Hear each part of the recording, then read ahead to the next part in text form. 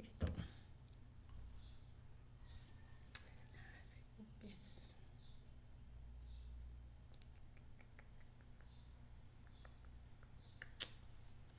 Ok. Esperar unos minutos para comenzar.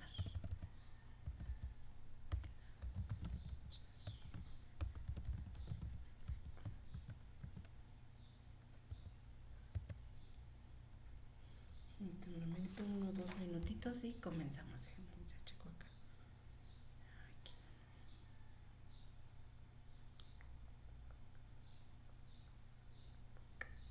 Ok.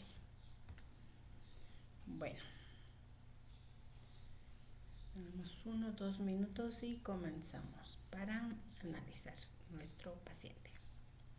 Hola, hola, todos los que paso a pasito se vayan incorporando. Ya vamos a iniciar. Espérenme, aprovechando que estoy aquí. Esta es la respuesta.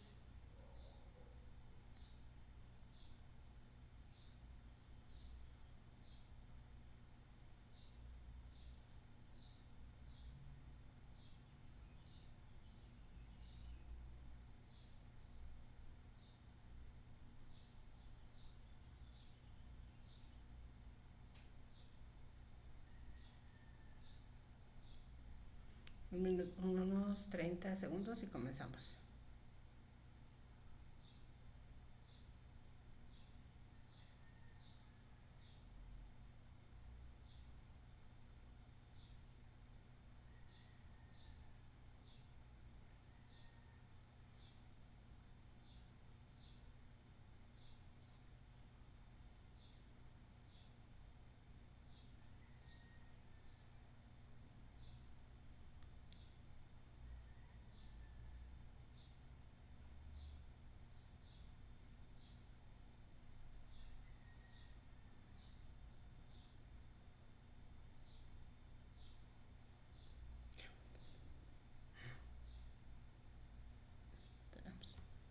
Ok, pues ya, 2 minutos, comenzamos.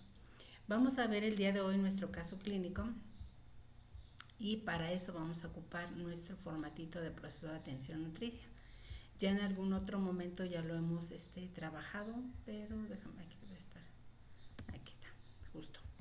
Este es el que vamos a iniciar, entonces vamos a ocuparlo. Aquí es importante porque realmente nos va a guiar de cuáles son esos pasos que tú puedes ir realizando para realizar para hacer tu intervención nutricional. Es importante que tú lo hagas en ese orden para que vayas viendo y no se te vaya a ningún punto que son importantes. Vamos a pensar que este paciente se llama, vamos a ponerle Pedro ahora. Este es un niño que ya yo vi en la consulta hace poco y él tiene una edad, aquí tengo los datos, de 13 años 10 meses. Recuerda que en la edad pediátrica sí es importante conocer tanto los años como los meses que tiene el paciente, ambos son importantes, ¿sale? Y en este caso el diagnóstico médico es el niño tiene una diabetes mellitus tipo 1 y tiene con esquema de insulina, aquí le vamos a agregar esquema de insulina. Tiene por la mañana se inyecta, vamos a poner, se inyecta 28 unidades de glargina y 6 unidades de insulina rápida por tiempo de comida. Es decir, él hace 3 comidas al día. Por cada tiempo de alimentación se coloca 6 unidades de insulina, ¿sale? Esa es parte de su tratamiento. Aquí importante, nuestro siguiente paso es saber cuál es la definición de la enfermedad, que justamente ya vimos toda la parte de la definición de la enfermedad, cómo se comporta, cuál es el cuadro clínico, cuáles son los objetivos de esa nutrición, cuál es el requerimiento de ciertos nutrimentos que va a requerir, cómo es importante que la alimentación, contemplar la cantidad de hidratos de carbono, qué tipo de insulina tiene, cuál es la función de esa insulina. Todo eso ya lo vimos en la parte teórica. Ahora, toda esa parte de la teoría la vamos a traer aquí a la práctica. Si no conocemos la teoría, pues sí difícilmente nos vamos a poder profundizar y analizar cuál es nuestro plan de apoyo nutricional. Sí es importante que considere las dos, no solamente la parte práctica, porque si no conoces la parte de la teoría, pues vas a estar, quizás tienes datos o signos clínicos en el paciente enfrente y no los vas a poder identificar porque no los has revisado en algún momento en alguna referencia bibliográfica. Yo te recomiendo que sí, tanto revises la parte teórica, pero también revises la parte práctica. Ambas son importantes. Diabetes tipo 1, pues hay una deficiencia de insulina, por lo tanto hay que estarla administrando. En este caso ya vimos que tiene insulina rápida. Hola Fabiolita, saludos a Bolivia. Es importante poner la glargina, ya decíamos anteriormente que va a ser la función de la insulina basal que en condiciones normales se está sintetizando. Como este paciente no sintetiza nada de insulina, la glargina va a tener esa función de insulina basal. Y la insulina rápida va a cubrir los picos de hiperglucemia posterior a la ingesta de su desayuno, comida y cena. De ahí la importancia es que sí, ahorita vamos a ir haciendo el plan de alimentación y el menú para que cuantifiques ahora qué cantidad de hidratos de carbono vas a dar por tiempo de comida, considerando esas 6 unidades de insulina que se está administrando ahorita el paciente. Y esto a la par de su automonitoreo. ¿Cómo se encuentra su automonitoreo? Para que realmente veamos de qué forma su cuerpo está metabolizando de manera adecuada pues esa cantidad de hidratos de carbono, ¿sale? En este caso, el motivo de la consulta es justamente dar ese apoyo nutricional y educación en cuanto a la alimentación que va a llevar este paciente para que le dé seguimiento en casa. Y esto a la par le ayuda a mantener niveles de glucemia adecuados, al igual que tenga que estar creciendo y tanto en peso como en talla. Ambos son importantes para esta edad.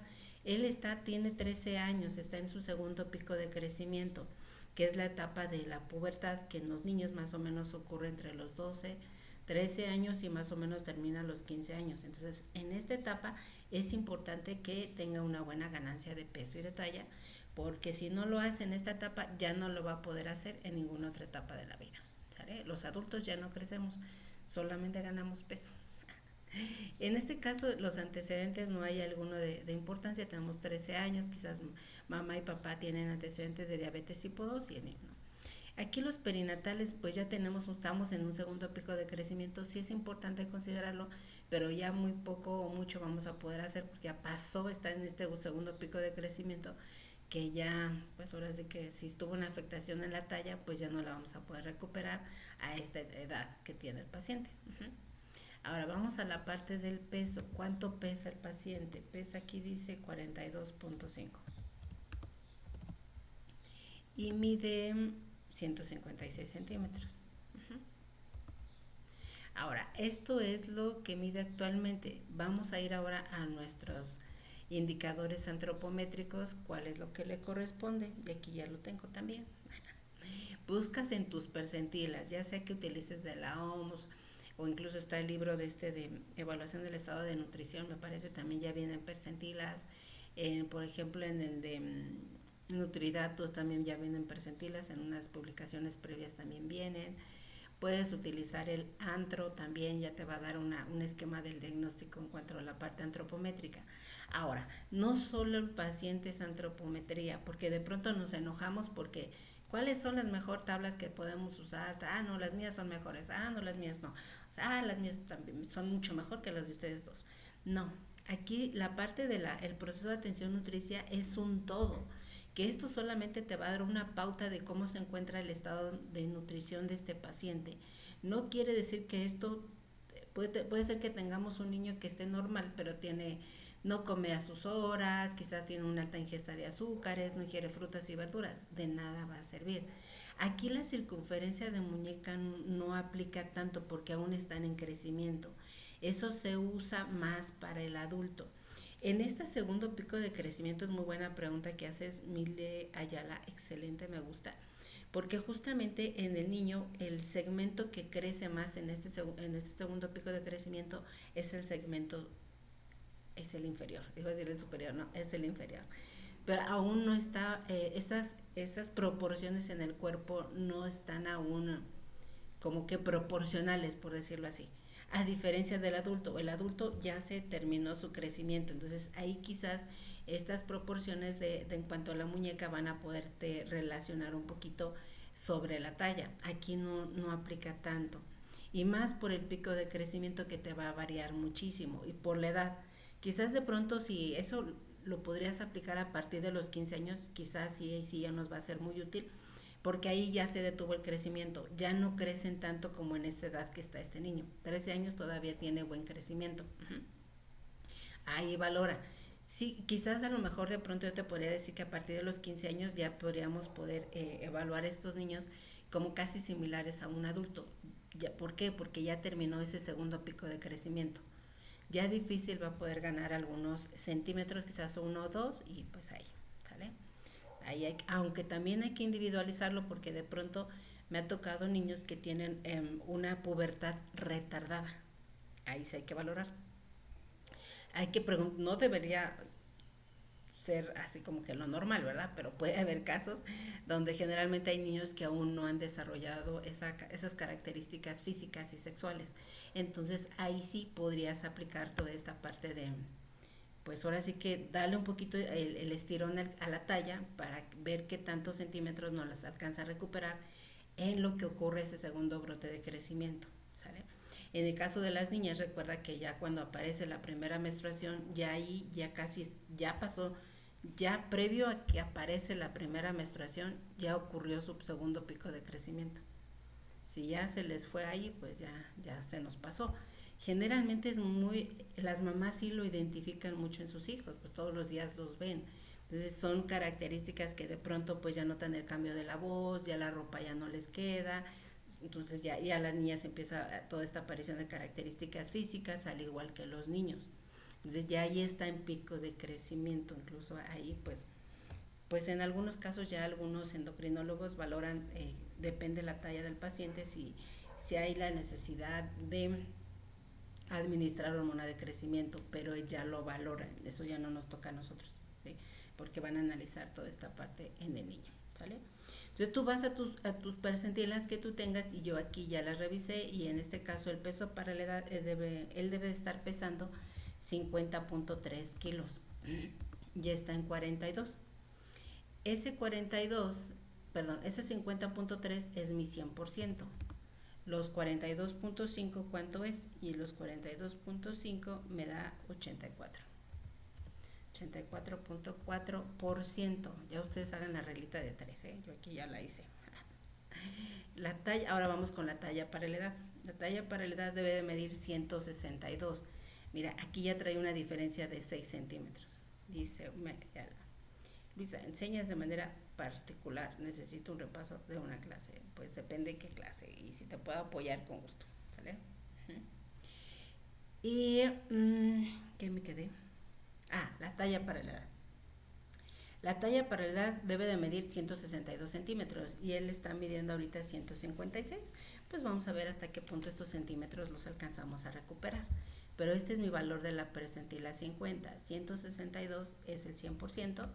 Los 156, ¿qué porcentaje es? Entonces ya hacemos la reglita de 3 y esto nos corresponde al 96%, 96.2. Si te das cuenta aquí el peso, la talla para la edad es adecuado, está en un porcentaje, pues digamos, normal hasta cierto punto. ¿Sale? Vamos a estarlo vigilando para que él siga creciendo. Y el peso para la edad está un poquito muy bajo de peso, incluso pensaríamos con peso para la edad está en una desnutrición leve, pero nos falta aún complementar con el siguiente indicador que es peso para la talla, y peso para la talla está en 45.8 kilos. Esto es lo que debe de pesar para la percentila 50 y eso nos arroja un 92.7%. ¿Qué quiere decir? Que tenemos un niño con quizás una estatura ligeramente baja, aunque se encuentra normal, pero ese peso para la talla es adecuado. Aquí lo importante es que sigamos dando la vigilancia de la ganancia de peso y de talla. Yo podría decir con estos datos que el niño está normal, tiene un diagnóstico antropométrico normal por los porcentajes normal, por el porcentaje talla para la edad y peso para la talla. Aquí ya no tanto me voy a enfocar, aquí lo voy a abreviar un poquito, talla para la edad y peso para la talla. Ya no me voy a enfocar tanto por el peso para la edad. Lo voy a estar vigilando, claro que lo voy a estar vigilando, que conforme a la siguiente cita que yo lo vuelva a ver, que por lo menos esté ganando el peso, pues ahora sí que el peso adecuado durante ese lapso de tiempo. Vamos a pensar que este niño tiene 13 años 10 meses. Yo lo voy a citar más o menos a los 14 años un mes, en 3 meses. Y en 3 meses, ¿cuánto debe cuánto debe de ganar de peso y de talla? Ya eso lo vas con tus percentilas igual y ya identificas cuánto debe de estar ganando de peso en ese lapso de tiempo. Y ya vas vigilando si de acuerdo a esto y al plan de alimentación que tú le diste y a ese apego que ya tiene el paciente, pues verificamos que haya un buen seguimiento y que el niño tenga esa ganancia de peso esperada para su edad. Y aquí me faltó, aquí no puse el IMC, bueno, aquí lo vamos a poner. Del IMC me salió 17.2, incluso me sale una desviación estándar, que en este caso está también normal. Entonces ya podemos corroborar nuestro diagnóstico normal por talla, edad, peso, talla y también el IMC. Ya está documentado. Sí es importante los indicadores porque a mí me dan una pauta de cómo ha sido este crecimiento en el transcurrir del tiempo. Si te das cuenta, ya él me parece que tiene más o menos un año de diagnóstico de la enfermedad y pues hay que estarle apoyando para que haya un buen apego, que no tenga dudas y que realmente pues realice el plan de alimentación acorde a esas necesidades que él necesita para que esto no afecte su crecimiento. Recuerda que la insulina es una hormona anabólica, que es la que va a abrir la puerta a la célula para que entre toda esa energía y pueda sintetizar nuevos tejidos y en este caso nuestro paciente siga ganando peso y talla, ¿sí? Todo eso que vimos en la parte de la teoría, aquí lo tenemos que aplicar, porque aquí ya lo estoy evaluando. De qué forma ese buen o mal apego al plan de alimentación va a afectar mi crecimiento. Aquí se va a ver reflejado.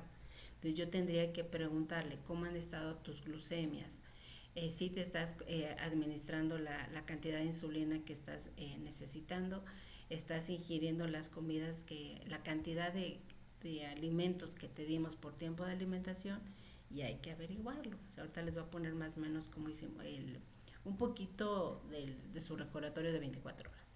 Ahora, si tenemos un paciente con diabetes tipo 1 y está con un diagnóstico antropométrico normal, ¿qué tipo de laboratorio le vas a indicar y por qué?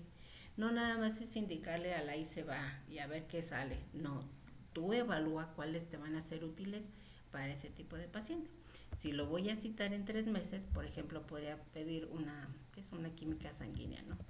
La química sanguínea ya te va a salir con glucosa, colesterol, triglicéridos y creatinina. Ya estás vigilando un poquito metabolismo de proteínas, lípidos e hidratos de carbono. Quizás también podríamos pedir una hemoglobina glicada, ¿no? Hemoglobina. Y ya te da un panorama de cómo ha sido la glicada o glicada, cómo ha sido cómo se han mantenido esos niveles de glucosa en esos 3 meses. Entonces ya te da ahí esa opción. Y ¿qué más? Pues a lo mejor hasta una biometría hemática, ¿no? Por la parte de si hay alguna situación de anemia, pues podríamos solicitarlo. Ya como parte del seguimiento, en algunos pacientes piden un examen general de orina para estar vigilando si hay algún dato o sospecha de alguna ¿cómo se llama? De alguna enfermedad renal, ¿no? De alguna afectación al nivel del riñón. Ay, es que me dio calor. Ahí está, los dietéticos, ahí están, porque me equivoqué. Ok, hasta ahí, con eso creo que vamos bien. Ahora, ya vamos en la parte clínica. ¿Qué vamos a buscar en este paciente? ¿qué le preguntarían en los diagnósticos? Esa está bonita esa pregunta. ¿Qué le preguntarían clínicamente? ¿Qué datos clínicos, qué signos clínicos encontrarían o preguntarían en ese paciente con diabetes tipo 1? ¿Qué le preguntarían? Transmito aire, lo que ustedes contestan.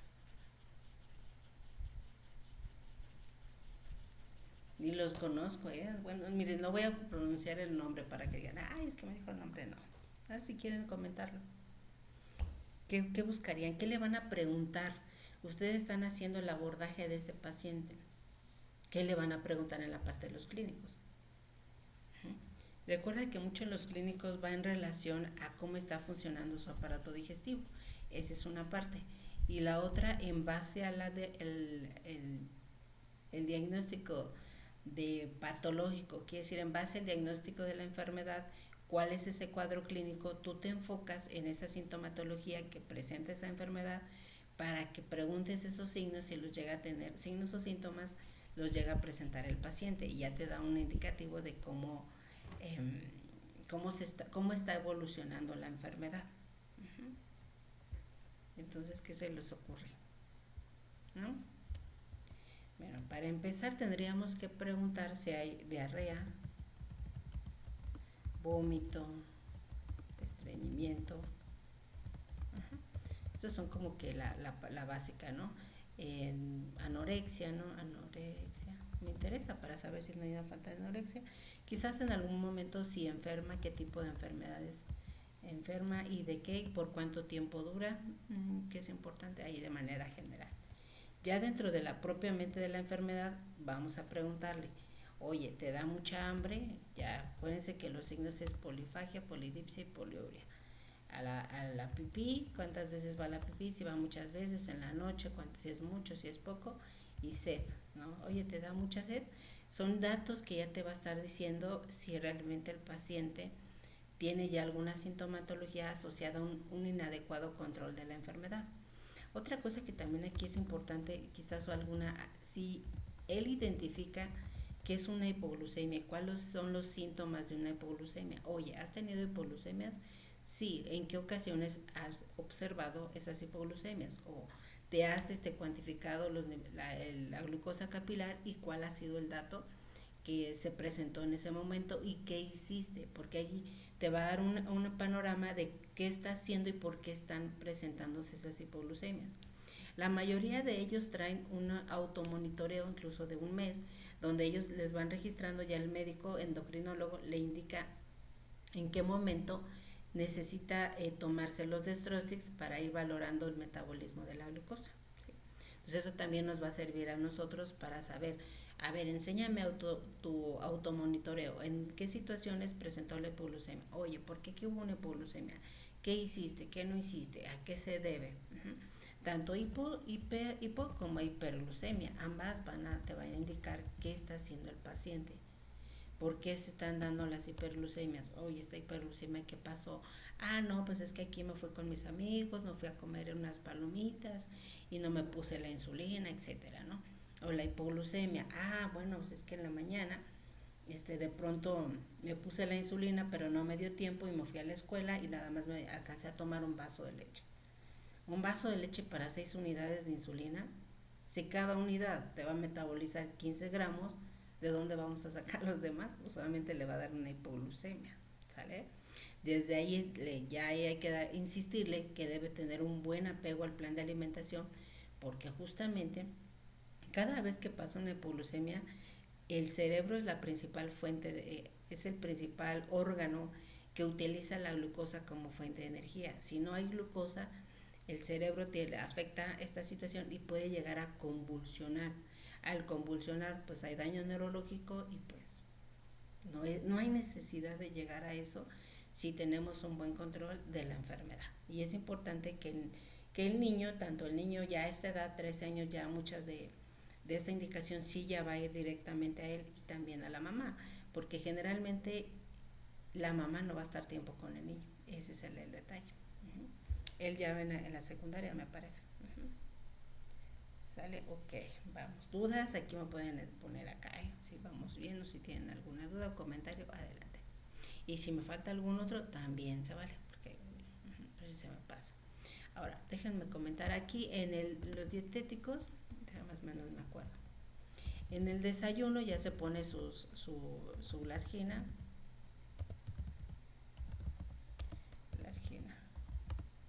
más las 6 unidades, dijimos 6 unidades de insulina rápida. Y él desayuna un vaso de leche. Aquí de pronto me decía y una rebanada de pan. Ahí tenía muy mal seguimiento. De pronto también los pacientes llegan a tener mucho miedo por comer hidratos de carbono y dicen, no, es que si mi problema son los hidratos de carbono, mejor ya no los voy a comer. Pero aquí no aplica no comerlos, aquí te lo tienes que comer, porque justamente la insulina actúa sobre esos hidratos de carbono para que puedan obtener energía. Y si no te los estás comiendo, el paciente no se los come, pues de qué forma va a tener esa energía. ¿Sí? Entonces sí es importante que los ingiera. No se vale que porque me salió muy alta la glucosa ya no voy a comer. No, ahí sí se los tienen que comer, porque en realidad pues obviamente la insulina que se están administrando va a actuar sobre esa cantidad de azúcar, y si no no están ingiriendo el azúcar, pues les va a dar una hipoglucemia. Y una rebanada de pan, vamos a poner pan tostado. Me parece ahí, se dan cuenta, ahí no está incluyendo de todos los grupos de alimentos. Ya desde ahí, pues obviamente tache. Aquí en el almuerzo, digamos su tipo colación, esa la realizaba en la escuela. Y aquí algo que me decía la mamá, es que como aquí no, en el desayuno de pronto no ingiere, porque ya se levantó tarde, porque ya no le dio tiempo, etcétera, se va así nada más con ese vaso de leche y pan. Y en la escuela, como le dan el almuerzo y allá le dan lentejas, le dan su guisado, le dan tortillas, le dan agua, allá es donde come más. Ajá.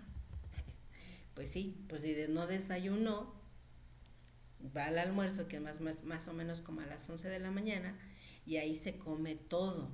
Pero aquí algo que está pasando, le decía a la mamita, aquí no se está poniendo insulina, porque en el almuerzo es como una colación entre el desayuno y la comida, y ahí no le dijeron, no, pues ahí no te pongas, pero no consideraron que ahí su lunch es como prácticamente otra comida abundante que él está haciendo. Lo ideal ya comentábamos en los live, que lo ideal sería que por la situación que es adolescente, tendría que cargarse su insulina, o si hay bomba de insulina, es de una comunidad. La bomba de insulina, pues en este caso no va a aplicar porque el recurso no se tiene, se administra pues ahora sí que la insulina, y tendría que llevarse su insulina, tendría que llevarlo con algún refrigerante para mantenerla adecuada. Hola, ¿tendré algún video sobre cálculo? Sí, ya lo tenemos, ya hasta lo pasamos por ahí. Te lo perdiste, Oscar Araya. Sí, ya vimos alimentación complementaria. Búscalo ahí en el perfil y ahí viene ya alguno.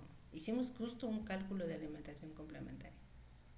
Quedó bien bonita. ¿No tuviste, no entraste a la clase? Sí hay.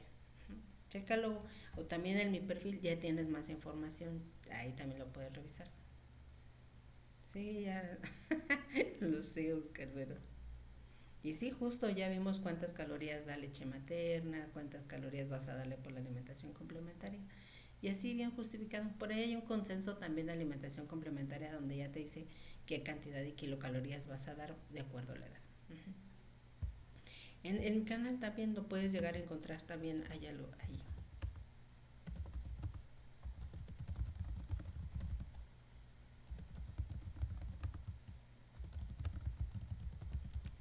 Ahí revísale, ahí también hay bastante información. Ya sea ese uno u otro, sí. Ya más adelante quizás vamos a retomar algunos temas, porque pues sí son importantes, pero todavía hay muchas cosas por qué revisar. Sí, pero ese ya lo vimos, ese quedó muy bonito y me gustó. Yo cada vez que comparto aquí con cosas de ustedes, hay unas cosas que me aprendo nuevas y reafirmo, digo, ay, mira, esto no lo había visto. Y quedó muy bonito, ese me gustó mucho. Ah, ok, qué bueno, me da gusto que te hayan servido, Juanpa a ti. Ujú. Sí, gracias, Carmen. Así es, ahí tienen bastante. Ya repasen paso a pasito y practiquen para que paso a paso ya se les vaya pues generando su experiencia clínica más que nada. Ujú. Y generando su propio conocimiento, también es importante. Ujú. Entonces aquí, por ejemplo, este niño les decía que su almuerzo era muy abundante. Como no desayunaba, él buscaba compensar en el almuerzo, pero ahí no se ponía insulina. Entonces justamente ahí llegaba la comida, antes de la comida con hiperglucemias muy elevadas. Entonces de pronto, ok, muy bien, excelente, Denise. Uh-huh. Sí, entonces ahí justamente es importante con ese recordatorio de 24 horas analiza cuáles los hábitos, o sea, así rutinarios del paciente, cuál es la rutina que hace con respecto a la alimentación para poderlo guiar y que realmente pues haya ese apego a ese plan de alimentación. Ya aquí lo que hicimos, tan solo en este caso, yo le dije, ¿sabes qué? Tienes que desayunar un desayuno más abundante para aprovechar esa cantidad de insulina que tú estás administrándote y que realmente esa energía entre a tu célula. Pero como tú desayunas muy ligero, pues obviamente buscas compensar en el almuerzo, pero en el almuerzo, aún así, aunque comas mucho, no entra esa insulina a la célula, porque recuerda que la insulina rápida tiene un pico de acción, más o menos si él estaba desayunando a las 6 y come a las 11, pues va a encontrar una rayita, ya decíamos, todas las insulinas tienen un inicio, un máximo efecto y un fin del efecto. Maestra, dice André, ¿da clase usted en línea o algún curso? Sí, búscala en el perfil, ya hay una clase de nutrición. De ahí en mi perfil viene un link que está en Hallmark, es otra plataforma, pero está donde, para mí las básicas que son importantes que tú sepas es enteral, parenteral y cálculo de sucedáneos de leche materna. Y ahí vienen estas clases, ahí están. Ya bien, te metes al link y ahí puedes encontrar la información. Es ahí. Tienen un costo, probablemente el costo es, pues ahora sí que no es tan caro, digamos, para ustedes. Es algo pues, accesible, básicamente. Y ahí están. Y justamente lo hice con ese fin, porque realmente son esa información que tú la debes de considerar más que nada. Y lo vas a ocupar. Y así tomas tu tiempo y aún así está esa parte, pero aún así tienes acá la parte del perfil, incluso ya hacemos los live y también hemos ya hablado de nutrición enteral, también ahí puedes revisar. Y también nutrición parenteral, también ya hay de nutrición parenteral. Si ustedes, nada más falta que le practiquen. Pero es que ahorita ya son vacaciones, ¿verdad? Y nosotros aquí en la clase. Híjole, qué caray esto. De modo. Entonces justamente este niño dice, bueno, dice la mamá, es que le da mucha hambre. Pues sí, porque aún a pesar de que se come todo eso, no le es suficiente. Aquí si te das cuenta, por eso es que también el bajo peso, porque a pesar de que come mucho en el almuerzo, pues no entra a su célula, no entra para sintetizar nuevos tejidos y él siga creciendo. Por eso le dije, ¿sabes qué? Tienes que hacer un desayuno más abundante para que esas 6 unidades realmente se estén ocupando para la síntesis de nuevos tejidos. De nada va a servir que tú comas tanto, pero comes mucho, pero no entra, pues se va a mantener afuera de la célula, ¿sí? Y en la comida dice, no, pues ya en la comida sí ya come en casa, ya llega a comer a casa, ya se come la sopa, el guisado, 3 tortillas de maíz y agua, ¿no? Más o menos. Y en la cena, la cena sí ya no me acuerdo tanto, pero en la cena vamos a poner que es que ese sí lo borré. Vaso de leche y 2 quesadillas, vamos a ponerle. Aún así, aquí vamos a ver, vamos a analizar varias cosas. 2 quesadillas, vamos a poner aquí que sí son nopales. Ay, los nopales son tan ricos, muchachos. Se me antojaron unas quesadillas con nopales. ¿Sí? Eso, ahí si te das cuenta ese vasito de leche, mira, tan solo aquí vamos a analizar ya lo que veíamos en la clase. Si por cada insulina rápida ocupa 15 gramos de hidratos de carbono, vamos a pensar que aquí también, aunque aquí también hay que considerar la resistencia de hormona de crecimiento por la edad que tiene. Pero vamos a considerar que son 15, ¿sí? Ya vamos a ir vigilando. Tan solo en el desayuno, aquí nada más tiene, ¿cuántos hidratos de carbono aquí vamos a poner? Hidratos de carbono son 15 y 12 del vaso de leche, 27. Ajá. 27 gramos, si tenemos 6 unidades, que por cada unidad son 15 gramos, nosotros podríamos ahí meter hasta 90 gramos. Incluso un poquito menos, pero por poner hasta 90 gramos. No, sí, 6 por 15, ¿no? Son 90. 6 por 15, sí, 90 gramos de hidratos de carbono. Y él apenas está comiendo 27. Pero aquí en el almuerzo, donde no se pone insulina, él está ingiriendo hidratos de carbono más o menos, decíamos como 3 tortillas, las lentejas son 2, 3, 4, 5. Vamos a ponerle más o menos 5. 5 serían 75, ¿no? 75 gramos de hidratos de carbono y 0 insulina. Pues eso no se va a metabolizar, no va a entrar a la célula. Va a andar por ahí afuera en el torrente sanguíneo pues no, ni se va a poder almacenar, va a estar ahí persistiendo, dañando todos los tejidos, ese exceso de glucosa en ese momento.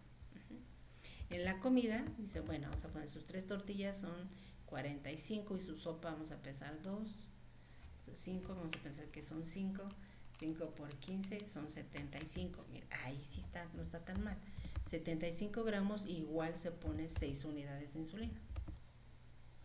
Ahí no está tan mal porque incluso pues, le queda una unidad, pero vamos a pensar que viene con la hiperglucemia del almuerzo, pues ahí más o menos se va a alcanzar a compensar. No tendría que ser así, pero él lo está haciendo así, entonces no funciona así, ¿sale? Ahora, en la cena tenemos hidratos de carbono de la leche 12 y de las quesadillas 2, son 30 más 12, 42. 42 gramos de hidratos de carbono. Y aquí también está muy bajo, o sea, su descontrol. Y en cuanto a las calorías, no está comiendo lo suficiente. Aquí incluso hasta podemos pensar que se queda con hambre, de tal forma que no está ganando de peso de forma adecuada. Más o menos las kilocalorías, si considerábamos eso, vamos a ver, más 70, vamos a hacerle un conteo rápido,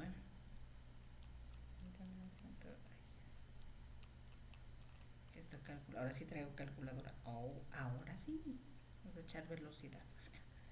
21 más 50 más 140 más, vamos a poner 70 más 50 más 90. Ya. Ay, apenas más o menos 1300 kilocalorías, o sea, nada, una cosita de nada. Aquí lo importante de esta parte del recordatorio de 24 horas es más o menos realizar un conteo de cantidad de kilocalorías aproximada. 1320 kilocalorías. Ahorita vamos a ver cuántas requiere. Y aquí te vas a dar cuenta, déjame una vez te doy ese dato para que lo vayas comparando. Tiene, ¿cuántos dijimos? 13 años. Para 13 años él requiere, igual vamos a... esto lo tengo acá. Vamos a ver. Vamos a sacarlo rápidamente. Igual viene ahí en el formulario, ¿sale?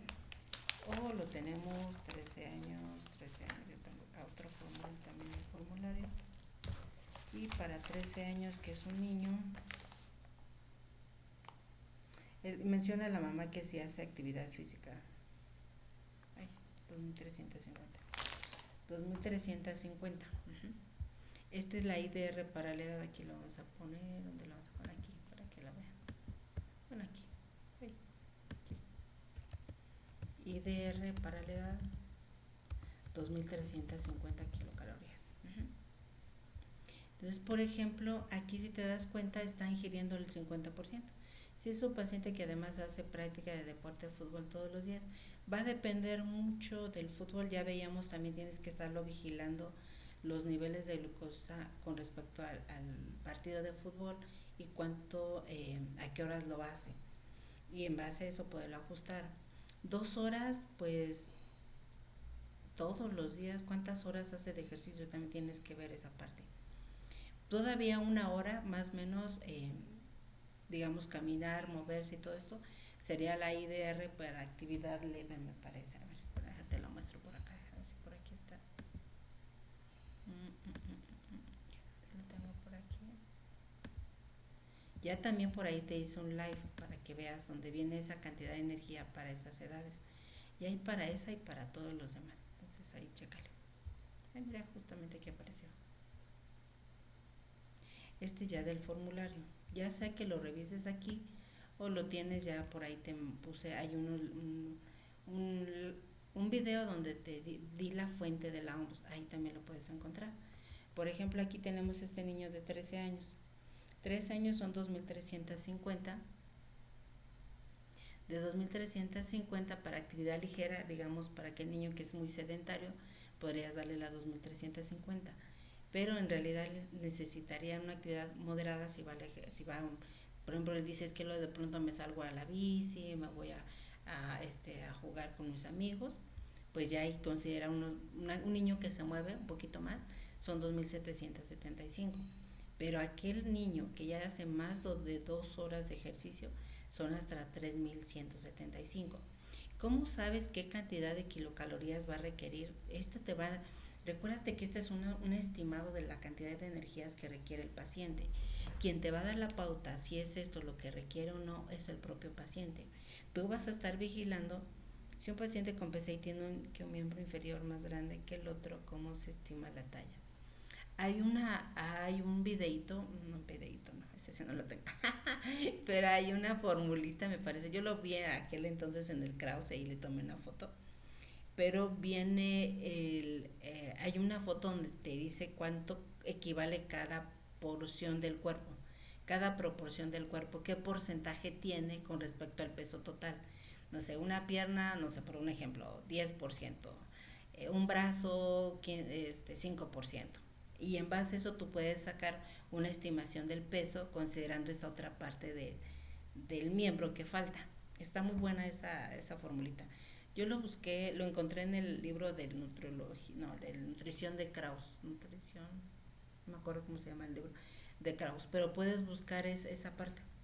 Sí, eso sí ahí tenían otra referencia, no sé dónde lo tengo. No me acuerdo porque aquí no lo puse en esta parte del formulario, no, esa no lo puse. Ese segmento del cuerpo no, aquí no viene. Y ese está muy bueno, ese dibujito. Ahí viene, busca la referencia y ahí viene. No, fíjate, ese no lo puse. Ese es bueno, ese dibujito es bueno. Pero ahí te puedes, ándale, dietoterapia de Krause, ese. Ahí viene esa imagen donde están qué porcentaje representa cada parte del cuerpo. Cuánto la cabeza, cuánto así. Más o menos, incluso te viene ahí la fórmula de cómo estimar el peso en base a esa. Por ejemplo, pacientes que tienen amputado un miembro, lo haces ahí. Sí, a mí me tocó alguna vez, no me acuerdo cómo se llama el síndrome, donde el niño tenía las extremidades acortadas. Dije, ay, ¿ahora cómo le voy a calcular el peso? Porque las referencias de peso son para niños que tienen un peso y una talla normal, pero en esas condiciones, ¿cómo le vamos a hacer? Y para eso te puede dar un aproximado en esa situación. Entonces nos quedamos con las kilocalorías. Entonces ahí, ¿cómo vamos a saber si son las calorías que requiere el paciente? Tú vas a estar vigilando que crezca tanto en peso como en talla. Entonces vas a ir valorando y a la par que los niveles de glucosa se mantengan adecuados. Porque, por ejemplo, vamos a pensar que tiene 13 años y le das 2.350, pero hace 2 horas de ejercicio, no te va a ganar peso, no te va a ganar talla, ¿sale? Entonces tú vas a estar vigilando, quizás a lo mejor le das un promedio entre las dos y vas vigilando cómo va evolucionando esa ganancia de peso y talla acorde a esa edad. Y más porque tienes un niño en esa etapa del crecimiento. Así como el primer año de vida, que es una etapa donde más crece, esta es otra etapa donde también va a crecer. Si no le das la cantidad de energía que está necesitando, no va a crecer y te va a quedar chaparrito, se va a quedar pequeño, ¿sí? De ahí no le tengan tanto miedo a las kilocalorías, porque de pronto, ya al inicio quizás a mí me daban miedo de iniciar dietas de 2.500, voy a dar un licuado de 2.500 kilocalorías, eso es demasiado, porque en adultos estas calorías quizás no se manejan tanto, Pero en el caso de los pediátricos, sí, por ejemplo, puedes tener un adolescente de 15 años y tan solo así facilito en condiciones basales 2500 kilocalorías se las va a comer así, se las devora, porque son niños incluso con una estatura muy alta y un peso también acorde a esa estatura que requieren esa cantidad de kilocalorías. No les den miedo esas calorías, solamente chequen cuál es su referencia y cómo esto lo va a estar metabolizando el cuerpo. Entonces, por ejemplo, para este niño que decíamos de 13 años, le podríamos dar entre un promedio de 2.350 a 2.775 y está bajo de peso. Yo le daría incluso las 2.775, pero vamos a hacerle un promedio, también me parece adecuado. Más 2.775 igual entre 2.562. Vamos a darle 2.500. Vamos a hacer nuestro cálculo con 2.500, que son bastantes, ¿eh? Pero esta etapa es donde da muchísima hambre, porque estás creciendo. Son devoradores de energía. Entonces ya tienes estas referencias, ya sea que utilices la parte del formulario o también tienes ya, ese sí ya les hice un videito y ahí viene como la referencia de la OMS. Ay, pensé que estaba algún ruido, me distrajo. ¿Sale? Entonces vamos bien. 2.500. Entonces nuestro paciente apenas está comiendo 1.320. Pues va a ganar peso, pues no, pero también trae un desorden en la alimentación. ¿Sale? Entonces todo esto lo vamos a considerar paralelamente cuando hagamos el cálculo, hay que estarlo haciendo. La cantidad de proteínas, ya aquí no, a diferencia, podemos hacer un ejemplo de la velocidad de crecimiento del adolescente. Sí, pero nos van a faltar más datos. Aquí para poder hacer eso yo debo de tener ya por lo menos la referencia de cómo ha sido esa velocidad de crecimiento, por lo menos 3 o 4. Yo tengo por ahí algunos datos, déjame ver si podemos hacer una y ya ver cómo se comporta. Ya hace mucho que ya no hago esa, pero pues sí, es buena para que vayas viendo cuál es. Lo puedes ver incluso si tú lo ves en la consulta cada mes o cada 3 meses, muchos de estos pacientes tienen su gráfica de crecimiento en el expediente y ya lo puedes ir graficando ahí. Entonces, si él se mantiene sobre esa percentila 50 de crecimiento, pues es la adecuada. Ya te puedes dar una guía. Si en dado caso ya ha tenido una disminución en esa velocidad de crecimiento, ¿qué está pasando? También tienes que indagar si esa talla que se hizo, la medición de esa talla fue la adecuada, para que tú puedas un poquito cerciorarte que si realmente no está creciendo de forma adecuada. Aquí lo interesante es que tú le hagas vayas graficando en sus percentilas cómo ha sido ese crecimiento. Y aquí lo importante es que ya lo lleves por lo menos en un año, ya tendrías un aproximado de cómo ha sido ese crecimiento y cuando veas que no se da, estar observando a qué se debe esa parte. Si no nada más es hacerlo y no creció, sí, pero ¿por qué no creció? ¿Qué pasó? Se enfermó, se hospitalizó, dejó de comer, tuvo algún problema en casa, se murió un familiar, su papá se fue de la casa, mamá no está. Son muchísimas cosas que de pronto van a afectar que el niño pueda ingerir la cantidad de energía que está necesitando para crecer, pero hay que estar al pendiente para poder hacer las adecuaciones en esas condiciones. Van a ser muchas, pero pues ya tú te encargarás de esa parte, ¿sale? Aquí en cuanto a la cantidad de macronutrientes ya no lo hicimos en ese ejercicio, pero generalmente ahorita vamos a hacer, si nos da tiempo de hacer el plan de alimentación y ya vemos aquí, ¿sale? Y vamos a considerarlo. Déjame la anoto por aquí para ver si podemos hacerlo en algún otro momento. ¿Qué dijimos que pones aquí? Velocidad de crecimiento. De crecimiento.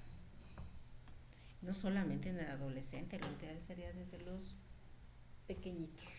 Ay,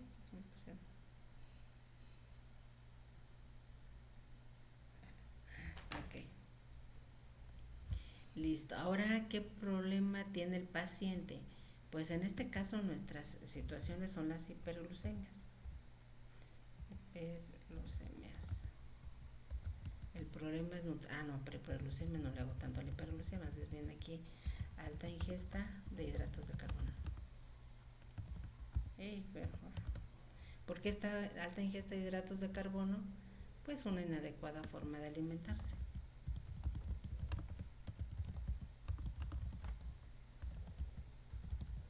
Y evidenciado pues evidentemente por ese porcentaje, por ese porcentaje, no por por el porcentaje, pues no, por las hiperglucemias, ¿no? Aquí ya tendrías algún dato de glucemias de tanto, tal, y también importante aquí evaluar la calidad de la alimentación. Insuficiente aporte energético podemos poner, y con mayor ingesta de hidratos de carbono. Ya. Y aquí acomodamos nuestro enunciado, ¿no? Que es un paciente con una alta ingesta de hidratos de carbono asociada a una inadecuada forma de alimentación evidenciada por la hiperglucemia, una alta ingesta de hidratos de carbono. Ya ahí queda. En este caso, como es un paciente de consulta externa, no vamos a aplicar la fórmula de Schofield. Schofield solamente lo hacemos para el paciente que está hospitalizado, ¿sí? No para el que está en consulta externa. Lo puedes hacer, pero te vas a tardar más. Mejor hacemos la IDR. Y en este caso habíamos dicho que vamos a dar 2.500 kilocalorías, que fue el promedio de las calorías del niño que no hace actividad física con el que hace más o menos una hora de actividad. En este caso la IDR para la talla no aplica porque tenemos un niño con una talla adecuada.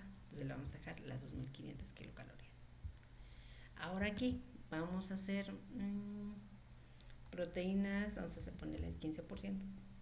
Generalmente yo lo que hago es en dietas mayores de 1.500 kilocalorías, le pongo este porcentaje de macros. ¿Por qué? Con la finalidad que me dé una RCP adecuada. No me va a dar como de 25. Aún así está bien, y también hay que vigilar la cantidad de hidratos de carbono.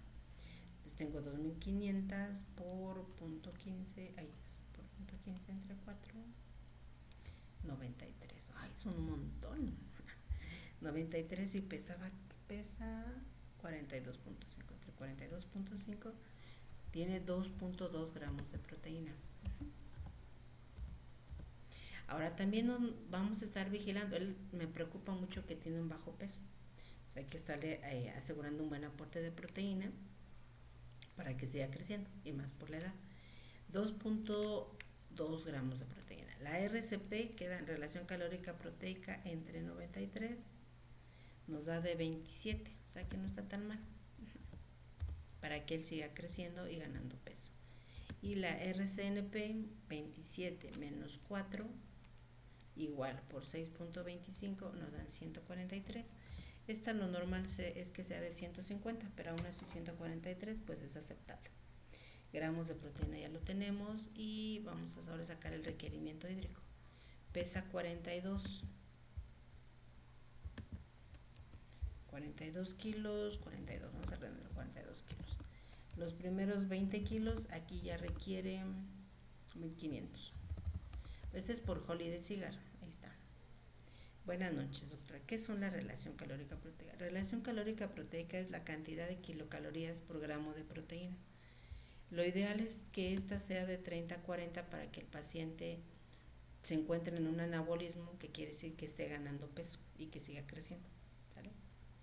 Pero si tenemos un paciente con obesidad o quizás un paciente quemado, esta relación calórica proteica puede llegar a cambiar hasta de 20 a 30, porque ahí las proteínas son tu prioridad para que el paciente tenga esa regeneración de tejidos en el paciente quemado. Y en el caso de la obesidad es que mantengamos ese músculo, pero quizás también esas proteínas en algún momento puedan ser fuente de energía y no dar tantos hidratos de carbono. Ahí tienes que ajustarlo. Para cada paciente, en qué condiciones lo uses, puede llegar a ser diferente. Y esta otra es de 150 a 300. Aún así no nos salió tan mal. Ahora, una cosa es lo que vamos aquí a calcular, que nos va a quedar muy bonito seguramente, y otra lo que realmente el paciente va a estar realizando. También no te estreses tanto. Lo importante es que tú hagas esto estimado y ya estarlo verificando con el paciente de qué forma realmente hay un mejor apego, porque esto, si realmente lo llega a hacer, le va a ir mucho mejor. ¿Sale? Entonces, muy bien. Entonces ya llevamos los primeros 20 kilos, son 1500. Nos restan 22. Y ahora por cada kilo arriba de 20 son 20. Aquí vamos a poner igual. 20 por 22. 22 kilos, que son 20 mililitros por cada kilo arriba de 20. Ahora sí traigo calculadora. Estoy contenta porque traigo ya. Antes no la tenía aquí, pero ya la tengo. 440. Ay, Dios. Y en total nos van a dar, total, pues ya tenemos 1940 mililitros. Aquí incluso podrías dar un 20% más, si hay la situación de calor o esta cosa, hasta un 20% más, que más o menos sería como 2,5 litros. Más o menos aproximadamente, para que se encuentre bien hidratado el paciente. ¿Sale? Ok. Y ahora aquí vamos ahora con la cantidad de... Ay Dios. Ahí está. Los gramos de lípidos. Yo creo que nomás vamos a sacar aquí los gramos y ya mañana vamos a hacer el plan, distribuirlo y con un ejemplo de menú y ya nada más corroborar esa insulina que realmente nos ajuste a esa cantidad. 2500 por punto 30 entre 9 nos dan 83. Yo generalmente lo hago totales. Veo que de pronto hay algunos alumnos ya les enseñan que lo hagan por tiempo de alimentación, pues ya depende ahí cada quien, ¿eh? Realmente en la práctica lo hago más así y nos ha funcionado. 343 gramos. Ya tenemos ya todo el cálculo de nuestro plan de alimentación, así que de la cantidad de kilocalorías y porcentaje de macronutrientes con sus gramos. Ya el día de mañana lo que vamos a hacer ya hacer una distribución de los tiempos de alimentación considerando la insulina. Mañana va a estar interesante, ¿eh? Porque ahora todo esto lo vamos a arrojar ya en el cuadro dietosintético, en la comida que va a manejar el paciente y ajustar si realmente por esa cantidad de insulina que se está poniendo nos va a ayudar a mantener esos niveles de glucosa y tener también un menú rico, enseñarle a que realmente este plan de alimentación sea algo delicioso para que pueda él realizar, también considerando alimentos por ejemplo, en ellos de pronto la parte de las leguminosas que de pronto nosotros quitamos son buen llevaderas en este plan de alimentación, ¿eh? Yo me acuerdo de una pacientita que teníamos de una comunidad pues así alejada de la ciudad. Ella se mantuvo, incluso se mantenía ya debe tener como unos 17, 18 años, tenía diabetes tipo 1 y con ingesta de tortilla y nopales y frijoles, era lo que había en su comunidad y era lo que comía, entonces eso es lo que ingería. Uh-huh. Sí, claro que sí, mándame por ahí, Ingrid, algún mensajito en privado y ya vemos qué tema te interesa, no sé cuál sea el que te interesa. Uh-huh. Ya vemos ahí, ¿sale? Y con ello le ayudó muchísimo. Entonces las leguminosas no son buen aporte, tiene fibra y también es algo que puede acceder el paciente. ¿Sale? Muy bien, chicos. Pues miren, ya se nos acabó la hora rápidamente. Mañana vamos a ver ya, en este caso vía de administración, es oral porque es por la boca. Y ya vamos a hacer el cálculo de la dieta con un ejemplo de menú. Vamos a checar la cantidad de insulina, nos ajuste con la cantidad de hidratos que vamos a indicar y ya la modo de preparación y algunas recomendaciones para el paciente.